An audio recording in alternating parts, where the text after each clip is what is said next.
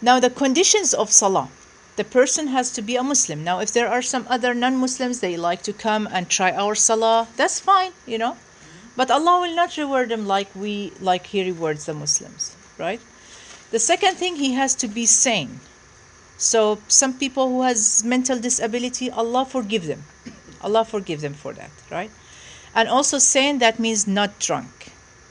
So, the Muslim who comes to the Salah, he's not supposed to be drunk, okay, or intoxicated.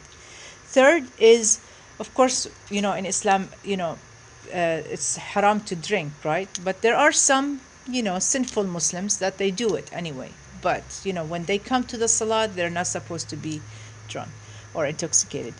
3, to reach the puberty. Of course, if the kids, we start teaching them since they were kids before the puberty how to pray, right? But, to condition of the complete Salah, he has to be reaching the puberty. 4 is to be in the right time. Now, let's say that we have the Dhuhr time between like 1 o'clock till or 12:30 right now until like 3 o'clock. So that's the time of Dhuhr. We can pray at this time, anytime, the Dhuhr, the noon prayer. Now, let's say that I was driving and I was taking a long drive and everything, and I couldn't, catch this prayer. You can make it up later, right? Now, as a traveler, if you make it up later, you get the same reward as you do it in the right time. But let's say that, something happened and you had to do it, or you forgot, or something like this, then Allah will reward you for it, but not the same reward when it is at that time, because Allah subhanahu wa ta'ala says, I'm going to show you in just a second.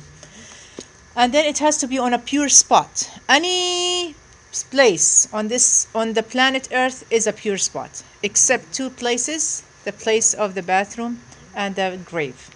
And the grave is it's not because it's unclean, but it's a disrespect for the dead people, to pray on the grave.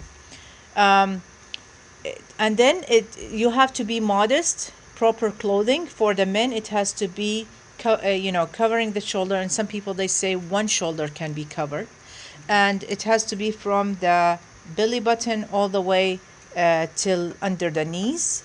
For the women, it has to be all the body except the face and the hands. And by the way, even for the women, Salaam alaikum, even for the women who do not wear niqab, for the women that they wear niqab and they cover their face, when it comes to the prayer, they have to remove the niqab. Yes, they have to remove the niqab. When they are also in the Kaaba, when they're doing tawaf in Hajj, they have to remove the niqab. Okay, and that's my opinion on that. The niqab is not an obligatory. All right, that's my opinion about it. It's because Allah subhanahu wa ta'ala commanding the women not to cover their face at the time of the niqab, at the time of the prayer. Same thing also for the men. When they are like wearing something because it's so cold or something, they're not supposed to be covering their face, like wrapping something around their face or something like this. Okay. And so for me, niqab, I used to wear niqab, by the way, and so niqab for me, it is a higher level of iman, and faith, and I feel that it is also following the footsteps of the wives of the Prophet Muhammad sallallahu alaihi wasallam, but it is not a fard. It is not And of course, there are different opinions. There are some other people, they say, no, it is fard, and things like that, which we respect, of course. It has to be towards the Kaaba. So when we pray, it has to be towards the Kaaba. And I talked about the Kaaba last time. It is the first house that it was built by Prophet Ibrahim alayhi salam for the sake of the worshipping Allah subhanahu wa ta'ala. How are you doing today? It's good to see you, ladies. Yeah, alhamdulillah. Yes. And then it has to have an intention, like we are praying to connect with Allah subhanahu wa ta'ala. Okay?